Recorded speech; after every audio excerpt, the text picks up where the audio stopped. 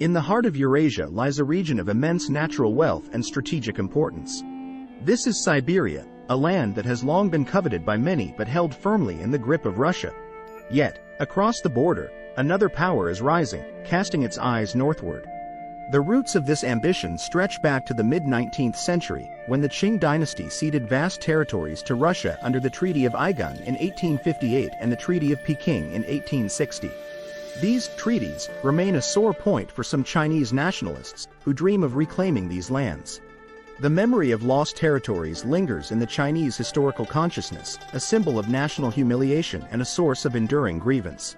As China has risen to become a global economic powerhouse, its strategic calculations have evolved. Controlling Siberia would extend China's military reach, providing new bases for the People's Liberation Army. This would enhance China's ability to project power in the Asia-Pacific region and beyond, offering a significant strategic buffer. The vast expanse of Siberia would serve as a formidable barrier against any potential adversaries, solidifying China's position as a dominant regional power. Such a move would not only secure China's northern frontier but also disrupt the balance of power in Eurasia, sending shockwaves through global geopolitics.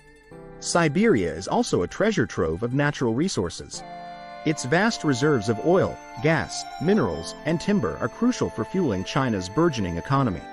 As China's demand for energy and raw materials grows, the untapped wealth of Siberia becomes increasingly attractive.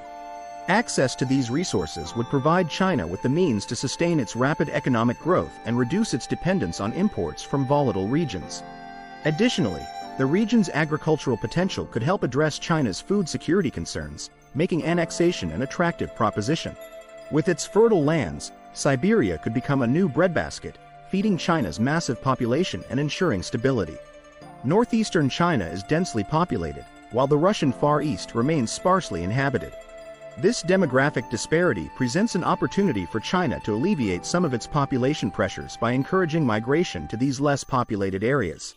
Such a move could spur economic development in both regions, creating new markets and opportunities for Chinese businesses and citizens. The influx of Chinese migrants into Siberia could transform the region, bringing infrastructure development, investment, and a dynamic workforce. This demographic shift would not only integrate Siberia more closely with China's economy but also create a cultural bridge between the two nations. The relationship between China and Russia is complex, marked by both cooperation and rivalry. While they share common interests, historical tensions and strategic calculations mean that any shift in this balance could reignite old ambitions. China's Belt and Road Initiative, which aims to enhance connectivity and trade routes across Eurasia, could further fuel its interest in Siberia as a vital link in this grand strategy. Control over Siberia would provide China with a crucial corridor for its ambitious infrastructure projects, linking it directly to Europe and enhancing its influence across the continent. Climate change is making the Arctic and Siberian regions more accessible, unlocking new shipping routes and resource extraction opportunities. As the polar ice caps melt, the northern sea route becomes navigable for longer periods each year, offering a shorter and more secure passage between Asia and Europe. This development is of immense strategic importance to China, which seeks to diversify its trade routes and reduce its reliance on traditional choke points like the Strait of Malacca.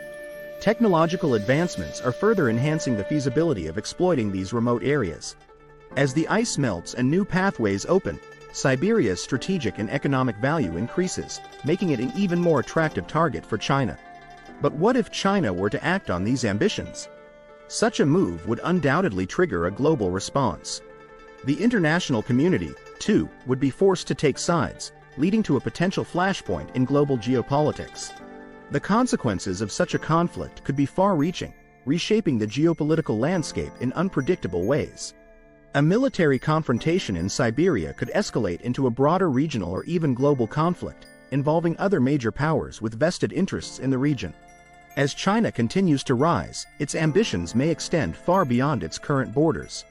Whether these ambitions will be realized remains to be seen, but one thing is certain. The dragon's northern gaze is fixed, and the world is watching. This is not just a story of land and resources, but of power, ambition, and the ever-shifting tides of geopolitics. The interplay of historical grievances, strategic calculations, economic imperatives, and environmental changes creates a complex tapestry of motivations and potential outcomes. Thank you for watching. Please like, share and subscribe Myth Reality.